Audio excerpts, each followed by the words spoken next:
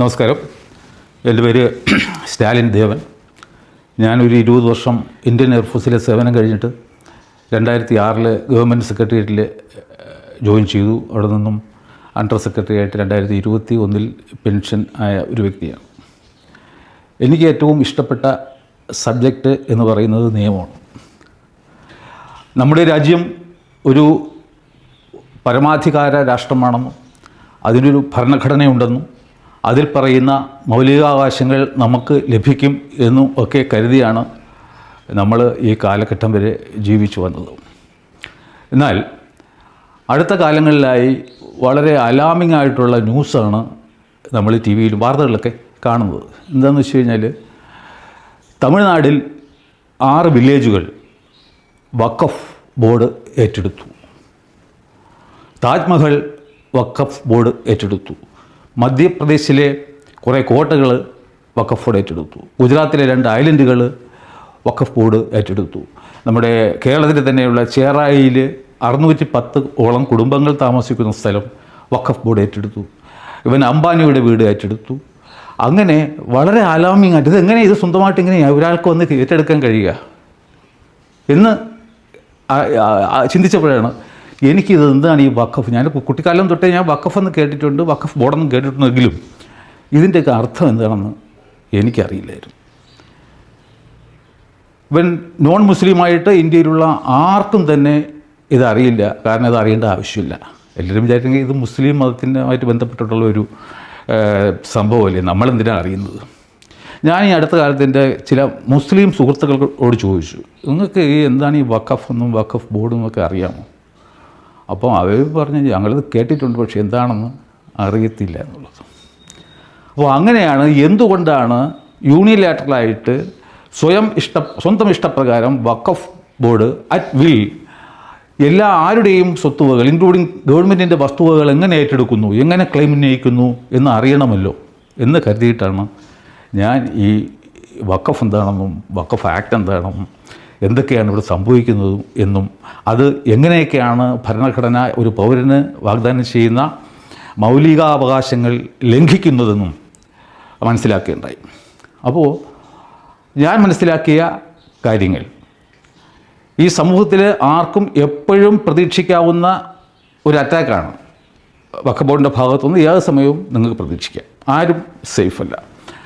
അതിനാൽ തന്നെ ഇതെല്ലാവരും അറിഞ്ഞിരിക്കേണ്ട കാര്യം ആണെന്ന് ഞാൻ കരുതുന്നത് കൊണ്ടാണ് ഞാൻ അറിഞ്ഞതും പഠിച്ചതുമായിട്ടുള്ള കാര്യങ്ങൾ ഈ ഒരു വീഡിയോയിലൂടെ എല്ലാവരെയും അറിയിക്കാം എന്ന് കരുതിയത്.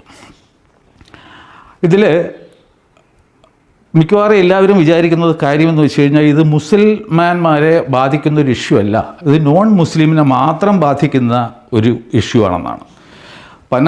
പല ചാനലിലും പല പ്രഗത്ഭ വ്യക്തികളും പറയുന്നത് ഞാൻ എൻ്റെ ശ്രദ്ധയിൽപ്പെട്ടു, മുസ്ലിങ്ങൾക്ക് ഇത് ബാധകമല്ല എന്നുള്ളത്. യഥാർത്ഥത്തിൽ അങ്ങനെയല്ല. വഖഫ് ബോർഡിന് മുസ്ലിമിൻ്റെ വസ്തു വേണമെങ്കിലും ക്ലെയിം ചെയ്യാം. ഫോർ എക്സാമ്പിൾ, നമ്മുടെ എറണാകുളം ചേറായിലെ വസ്തു അത് നേരത്തെ ഫറൂഖ് കോളേജിൻ്റെ വസ്തുവായിരുന്നു. അപ്പോൾ അത് വഖഫ് ബോർഡ് ക്ലെയിം ചെയ്യും. അപ്പോൾ മുസ്ലിമാൻ്റെ വസ്തു വേണമെങ്കിലും വഖഫ് ബോർഡിന് ക്ലെയിം ചെയ്യാം. അപ്പോൾ ക്ലെയിം ചെയ്യുമ്പോഴുള്ള കാര്യം എന്താണെന്ന് വെച്ച് കഴിഞ്ഞാൽ, നിങ്ങൾക്കെതിരെ എന്തൊരു ആക്ഷനും എവിടെ നിന്നുണ്ടായാലും ആദ്യം നിങ്ങൾക്കൊരു നോട്ടീസ് തരും.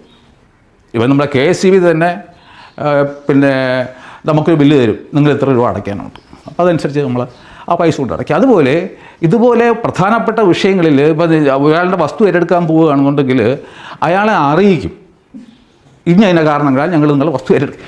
ഇതിൽ ആ ഒരു ബാധ്യത പോലും വഖഫ് ബോർഡിനില്ല. വഖഫ് ബോർഡ് മനസ്സുകൊണ്ട് ചിന്തിച്ചാൽ മതി, അത് വഖഫ് പ്രോപ്പർട്ടിയാണ്. നിങ്ങളെ അറിയിക്കേണ്ട കാര്യമില്ല. അവരെ അറിയിക്കുന്നത് സബ് രജിസ്ട്രാർ ഓഫീസിലും നമ്മുടെ വില്ലേജ് ഓഫീസിലും തഹസീൽദാരൊക്കെ ആയിരിക്കും. ഇതിങ്ങനെയാണ്, ഇന്ന പർട്ടിക്കുലർ വസ്തു ഞങ്ങളിത് വഖഫായിട്ട് പ്രഖ്യാപിച്ച് ഞങ്ങളെ രജിസ്റ്ററിൽ എൻ്റർ ചെയ്തിട്ടുണ്ട്. അപ്പോൾ ഇതിൻ്റെ മ്യൂട്ടേഷൻ കാര്യങ്ങളൊന്നും ഇനി വേറെ നടത്തരുത്, ഞങ്ങളുടെ അവർ വരുമ്പോൾ പറയണം പറയും. അപ്പോൾ നിങ്ങൾ കരമടയ്ക്കാൻ പോകുമ്പോഴായിരിക്കും വില്ലേജ് ഓഫീസർ നിങ്ങളോട് പറയുക ഈ വസ്തു നിങ്ങളുടെ അല്ല. നിങ്ങൾ ചിലപ്പോൾ മിക്കവാറും അവിടെ ബോധം കെട്ട് വീഴും എന്നൊരവസ്ഥ ഉണ്ടാവും. അപ്പോൾ അവർക്ക് യൂണിലാറ്ററായിട്ട് തീരുമാനിക്കാനും പറ്റും, അതിലൊരു ഡിസിഷൻ അവർക്ക് തന്നെ എടുക്കാനും പറ്റും. അപ്പോൾ സ്വാഭാവികമായിട്ട് നമ്മളെയൊക്കെ ചിന്തിക്കും നമുക്ക് ഭരണഘടന ഇരിക്കുകയില്ലേ, നമുക്ക് ഓടി ഇങ്ങ് കോടതികളിൽ കളയാം. ഇല്ല, നിങ്ങൾക്കൊരു കോടതിയിലും പോകാനുള്ള അവകാശമില്ല. നിങ്ങൾക്ക് പോകാൻ കഴിയുന്നത് വഖഫ് ട്രിബ്യൂണലിലാണ്. അതിലൊരു മുസ്ലിം മതപണ്ഡിതൻ വരെ ഉൾപ്പെടുന്ന ഒരു വഖഫ് ട്രിബ്യൂണലിലാണ് നിങ്ങൾ പോയി ഒച്ചാനിച്ച് നിൽക്കേണ്ടത്. അവിടെ ആ തർക്ക വിഷയത്തിൽ ഒരു തീരുമാനം എടുക്കുന്ന അവസരത്തിൽ വഖഫ് ബോർഡിന് അവരുടെ ഭാഗം ന്യായീകരിക്കാനായിട്ട് യാതൊരുവിധ രേഖകളും ഹാജരാക്കാനുള്ള ബാധ്യത ഇല്ല. നിങ്ങളുടെ ബാധ്യതയാണ് അതൊരു വഖഫ് പ്രോപ്പർട്ടി അല്ല എന്ന് തെളിയിക്കേണ്ടത്. അവർ പറയും പണ്ടിത് മുഹമ്മദ് ഗോറി ഇന്ത്യ ആക്രമിച്ച ആ സമയത്ത് അദ്ദേഹം പ്രഖ്യാപിച്ചതാണത് വഖഫായിട്ട്. ഞങ്ങളെ തെളിവൊന്നുമില്ല, നിങ്ങൾക്ക് പറ്റുമെങ്കിൽ അങ്ങനെ അല്ല എന്ന് തെളിയിക്കാൻ പറയും. എന്തൊരു നല്ല നിയമമല്ലേ. അപ്പോൾ ഈ ഒരു അവസ്ഥയിൽ ആണ് നമ്മൾ എന്താണ് വഖഫ് എന്നും, എന്നെ സംബന്ധിച്ചോളം ഞാൻ 60 വയസ്സാകാൻ പോവുക, ജീവിതത്തിൽ ആദ്യമായിട്ട് വഖഫ് എന്താണെന്ന് പഠിച്ചു, എന്താണ് ഈ വഖഫ് ബോർഡെന്ന് പഠിച്ചു. കാരണം ഇന്ത്യയിലെ എല്ലാ പൗരന്മാരും ഇൻക്ലൂഡിങ് മുസ്ലിംസ് അത്യാവശ്യം അറിഞ്ഞിരിക്കേണ്ട ഒരു വിഷയമാണ് ഈ വഖഫ് എന്താണെന്നുള്ളതും ഈ വഖഫ് ബോർഡ് എന്താണെന്നുള്ളതും അത് എന്തിനു വേണ്ടിയിട്ടാണ് ഉണ്ടാക്കിയിട്ടുള്ളതെന്നും അതിൻ്റെ അധികാരങ്ങൾ എന്താണെന്നും അത് ഭരണഘടനാ വിരുദ്ധമാണോ എന്നും നമ്മൾ എല്ലാവരും അടിയന്തരമായിട്ട് മനസ്സിലാക്കിയിരിക്കേണ്ട ഒരു സ്ഥിതിവിശേഷമാണ് ഇപ്പോൾ ഇന്ത്യയിൽ നിലനിൽക്കുന്നത്. ആദ്യമായിട്ട് നമുക്ക് ഈ വഖഫ് എന്താണെന്ന് ഒന്ന് പരിശോധിക്കാം.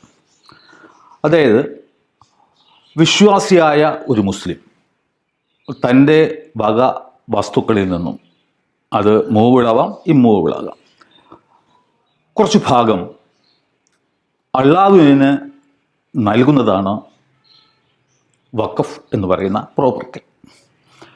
അപ്പോൾ അങ്ങനെ നൽകുന്ന അവസരത്തിൽ അള്ളാഹുവിന് അതുകൊണ്ട് വ്യക്തിപരമായിട്ട് ഒരു ബെനിഫിറ്റും ഇല്ല, അതിലുള്ള ആദായമെടുത്ത് ഒന്നും ചെയ്യാൻ പറ്റത്തില്ലല്ലോ. അപ്പോൾ അതിലെ ആദായം ഏതെങ്കിലും മുസ്ലിം മതം അനുശാസിക്കുന്ന ഭക്തിപരമായതോ അല്ലെങ്കിൽ റിലീജിയസ് ആയതോ അല്ലെങ്കിൽ സാന്ത്വനപരമായ പ്രവർത്തനങ്ങൾക്ക് വേണ്ടിയിട്ടോ, അതായത് ചാരിറ്റി പ്രവർത്തനങ്ങൾക്ക് വേണ്ടിയിട്ടൊക്കെ അങ്ങനെ മുസ്ലിം ലാ അനുശാസിക്കുന്ന വിധത്തിലുള്ള പർപ്പസുകൾക്ക് വേണ്ടിയിട്ട് ആയിരിക്കണം മാറ്റിവെക്കേണ്ടത്, എന്നാലേ അതൊരു വഖഫ് ആകും.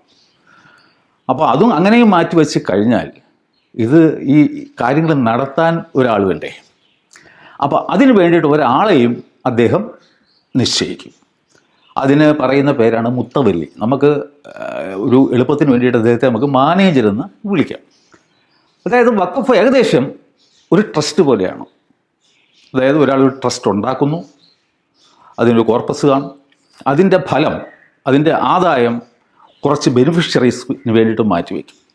അപ്പോൾ അതുപോലെ വഖഫിലും 3 എലമെൻറ്റ്സ് ഉണ്ട്. ഒന്ന് സെറ്റിലർ, ഉണ്ടാക്കുന്നയാൾ, രണ്ടാമത് അത് മാനേജ് ചെയ്യുന്ന മാനേജർ, മൂന്നാമത് അതിൻ്റെ ബെനിഫിഷ്യറി. അപ്പോൾ അങ്ങനെ അവിടെ ഇവിടെയൊക്കെ ആയിട്ട് അങ്ങനെ മനസ്സുള്ള ആൾക്കാർ ഇതുപോലെ വഖഫുകൾ ഉണ്ടാക്കി കാണും. പണ്ട് കാലത്ത് ഈ ഡോക്യുമെൻറ്റേഷനൊന്നും ഇല്ലാത്ത അവസരത്തിൽ ചിലപ്പോൾ ഓറലി ആയിരിക്കും ഇത് പ്രഖ്യാപിച്ചിട്ടുള്ളത്. ഓക്കെ, അപ്പോൾ ഇത് വന്നിട്ട് 2 ടൈപ്പുണ്ട്. ഒന്ന് പബ്ലിക് വഖഫും ഒന്ന് പ്രൈവറ്റ് വഖഫും. അതായത് പബ്ലിക് വഖഫിൽ അതിൻ്റെ ബെനിഫിഷ്യറീസ് വന്നിട്ട് members of the public belonging to Muslim community ആയിരിക്കും. മുസ്ലിം കമ്മ്യൂണിറ്റിയിലുള്ള ആൾക്കാർക്ക് വേണ്ടിയിട്ട് മുസ്ലിം മത ആചാരപ്രകാരമുള്ള എന്തെങ്കിലുമൊക്കെ കാര്യങ്ങൾക്ക് വേണ്ടിയിട്ട് ആ ആദായം വിനിയോഗിക്കണം എന്നായിരിക്കും അതിലുള്ള നിബന്ധന. ഇനി എന്താണ് പ്രൈവറ്റ് വഖഫ്? പ്രൈവറ്റ് വഖഫ് എന്ന് പറയുമ്പോൾ അത് ഉണ്ടാക്കുന്ന ആളിൻ്റെ സന്തതികളും ഇമ്മീഡിയറ്റ് ആയിട്ടുള്ള റിലേഷൻസും ആയിരിക്കും അതിൻ്റെ ബെനിഫിഷ്യറീസ്. അല്ലാതെ ജനറൽ മുസ്ലിമിന് അതിൻ്റെ യാതൊരു ബെനിഫിറ്റും ഉണ്ടാകത്തില്ല. അപ്പോൾ ഇതുപോലെ ഉള്ള വഖഫ് പലരും ഉണ്ടാക്കി, അത് പലയിടത്തായിട്ട് അങ്ങനെ നിലനിൽപ്പുണ്ടാവാം. ഇനി നമ്മൾ വരേണ്ടത് എന്താണ് വഖഫ് ബോർഡ് എന്നുള്ളതാണ്. അപ്പോൾ പണ്ട് കാലത്ത് എങ്ങനെയായിരുന്നു? ഓരോ വഖഫും അതിൻ്റെ ആൾക്കാർ, ഈ മാനേജറുണ്ടല്ലോ മുത്തവല്ലിയുടെ ഇതിൽ ആ കാര്യങ്ങൾ നടത്തി പോവുമായിരുന്നു. ആർക്കും ഒരു ശല്യമില്ല, ഒന്നുമില്ല. അപ്പോൾ ആണ് 1954 ആദ്യമായിട്ട് ആദ്യമായിട്ടല്ല, അതിന് വേറൊരു അതിലും പഴയ വേറൊരു ഹിസ്റ്ററി ഉണ്ട്. എന്നാലും ഒരു വഖഫ് ആക്ട് ആദ്യമായിട്ട് നിലവിൽ വന്നത് 1954 ആണ്. അപ്പോൾ വഖഫ് ആക്ടിൻ്റെ ഉദ്ദേശ്യം എന്താണെന്ന് വെച്ച് കഴിഞ്ഞാൽ, ഒരു സൂപ്പർവൈസിങ് ബോഡിയാണ് വഖഫ് ബോർഡ്. അതായത് ഇങ്ങനെ ചിതറി പല ഭാഗത്തായിട്ട് കിടക്കുന്ന എല്ലാ വഖഫിനും ഒരു സ്റ്റേറ്റ് വൈസാണ് ഉള്ള വഖഫുകളെ രജിസ്റ്റർ ചെയ്യുക. എന്നിട്ട് അവരുടെ ഏക ഡ്യൂട്ടി, ഐ റീഇറ്ററേറ്റ്, ഏക ധർമ്മം അല്ലെങ്കിൽ കർത്തവ്യം എന്ന് പറയുന്നത് ഓരോ വഖഫും ആരുണ്ടാക്കി, എന്ത് പർപ്പസിന് വേണ്ടി ഉണ്ടാക്കി, അതിൻ്റെ മാനേജർ അല്ലെങ്കിൽ മുത്തവല്ലി ആ പ്രഖ്യാപിത ലക്ഷ്യങ്ങൾക്ക് വേണ്ടി തന്നെ ആണോ അതിൻ്റെ ആദായം ചെലവിടുന്നത് എന്ന് ബോധ്യം വരുത്തുക. ആ രീതിക്ക് വഖഫ് ബോർഡുകളെ റെഗുലേറ്റ് ചെയ്യുക എന്നുള്ള ഒരൊറ്റ ആവശ്യത്തിന് വേണ്ടിയിട്ടാണ് വഖഫ് ആക്ട് 1954 കൊണ്ടുവന്നതും അതിനുശേഷം അത് 1995 പരിഷ്കരിച്ച് കൂടുതൽ പവർ കൊടുത്തു. അതിനുശേഷം 2013 വീണ്ടും പരിഷ്കരിച്ച് അനിയന്ത്രിതമായ അധികാരങ്ങൾ അതിന് കൊടുത്തു. അപ്പോൾ സ്വാഭാവികമായിട്ടും ഇത് സംഭവിച്ചു. ഈ അധികാരങ്ങളൊക്കെ കൊടുത്തെങ്കിലും ഇവിടുത്തെ ജനം ഇതൊന്നും അറിഞ്ഞില്ല.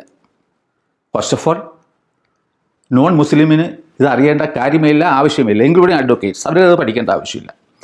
കാരണം വഖഫുമായിട്ട് ബന്ധപ്പെട്ട ഒരു കേസ് വന്നാൽ തന്നെയും സ്വാഭാവികമായിട്ടും ആൾക്കാർ ഒരു മുസ്ലിം അഡ്വക്കേറ്റിൻ്റെ അടുത്തേ പോകും. കാരണം പുള്ളിക്ക് ഇതിനെപ്പറ്റി കൂടുതൽ അറിയാം എന്നൊരു ധാരണ കാണും. മറ്റ് മുസ്ലിങ്ങൾക്ക് എന്താ കാര്യം?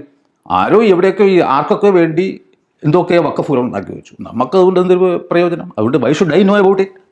ഞാനും അറിയേണ്ട കാര്യങ്ങളും ഒന്നുമില്ല. അതുകൊണ്ട് ബഹുഭൂരിപക്ഷം വരുന്ന മുസ്ലിങ്ങൾക്കും ഈ വഖഫ് ബോർഡിൻ്റെ നിയമം, വഖഫ് ആക്ടിനെ കുറിച്ചിട്ടും യാതൊരു ഗ്രാഹ്യവും ഇല്ല. കാരണം അവർ കരുതുന്നത് നമുക്കെന്താ കാര്യം ഇതൊക്കെ അറിഞ്ഞിട്ട് എന്നുള്ളതാണ്. ഞാൻ ഇതൊക്കെ പഠിച്ചപ്പോൾ എനിക്ക് മനസ്സിലായ ഒരു കാര്യം, ഈ വഖഫ് ആക്ട് 1995 ഡ്രാഫ്റ്റ് ചെയ്തത് തന്നെ വിത്ത് എ ഡ്യൂബിയസ് ഇൻറ്റൻഷൻ ആയിരുന്നു എന്ന് മനസ്സിലാക്കാം. കാരണം വഖഫ് ആക്ടിൻ്റെ ഹെഡിങ് എന്താണ്? വഖഫുകളുടെ സുഗമമായ പ്രവർത്തനത്തിനും അതുമായി ബന്ധപ്പെട്ട മറ്റ് കാര്യങ്ങൾക്കും വേണ്ടി ആണ് ഈ ആക്ട് ഉണ്ടാക്കുന്നത് എന്ന് തോന്നുന്നു. അപ്പോൾ അത് വായിക്കുന്ന ഒരാളെന്ത് ചെയ്യും? ഒരു ഹിന്ദുവാണ് വായിക്കണമെങ്കിൽ ഇത്രയുള്ള കാര്യം, വഖഫിൻ്റെ പ്രവർത്തനം നിരീക്ഷിക്കാനാണ്. ഓക്കെ, ആയിക്കോട്ടെ, ഞാൻ എന്തിനാ അതിൻ്റെ പിറകെ പോകുന്നത്, മാറ്റും. അതുകൊണ്ട് ആണ് ഇത്രയും ഭരണഘടനാ വിരുദ്ധമായ ഒരു നിയമം കഴിഞ്ഞ 29 വർഷമായിട്ട് സുപ്രീം കോടതിയിൽ ആർട്ടിക്കിൾ 32 പ്രകാരം ആരും തന്നെ ചലഞ്ച് ചെയ്തില്ല എന്നതിൽ നിന്നും തന്നെ ആരും ഇതിൻ്റെ അകത്തുള്ള ഭയാനകമായ സെക്ഷൻസിനെക്കുറിച്ച് പഠിക്കാൻ ശ്രമിച്ചില്ല, അത് പൊതുജന മധ്യത്തിൽ കൊണ്ടുവരാൻ ശ്രമിച്ചില്ല എന്നുള്ള ഒരു ഭീകര സത്യമാണത്. ഫോർ എക്സാമ്പിൾ, നമ്മുടെ CA ആക്ട് പാസ്സാക്കിയതിൻ്റെ വെരി നെക്സ്റ്റ് ഡേ തന്നെ മുസ്ലിം ലീഗ് അതിനെ ചോദ്യം ചെയ്തുകൊണ്ട് സുപ്രീം കോടതിയിൽ ഒരു ഹർജി ഫയൽ ചെയ്തു. കൂടാതെ 300ഓളം ഹർജികൾ ഇപ്പോൾ പെൻഡിങ്ങുമാണ്. വേറാസ് മുസ്ലിങ്ങൾ ഉൾപ്പെടെ ഉള്ള മറ്റ് എല്ലാ ജനവിഭാഗങ്ങളെയും അതിമാരകമായി ബാധിക്കാൻ സാധ്യതയുള്ള ഈ റാക്കോണിയൻ നിയമം കഴിഞ്ഞ 29 വർഷമായിട്ട് ഇന്ത്യയിൽ നിലനിൽക്കുകയായിരുന്നു. ഇപ്പോൾ ഇങ്ങനെ വഖഫ് ബോർഡ് അവിടെയും ഇവിടെയൊക്കെ സ്ഥലങ്ങൾ എടുത്തു തുടങ്ങിയപ്പോഴാണ് ആൾക്കാർ ഇതിനെപ്പറ്റി ചിന്തിച്ചു തുടങ്ങിയത്. അതിപ്പോൾ എല്ലാവരും കുത്തിയിരുന്ന്, ഇപ്പോൾ ഞാൻ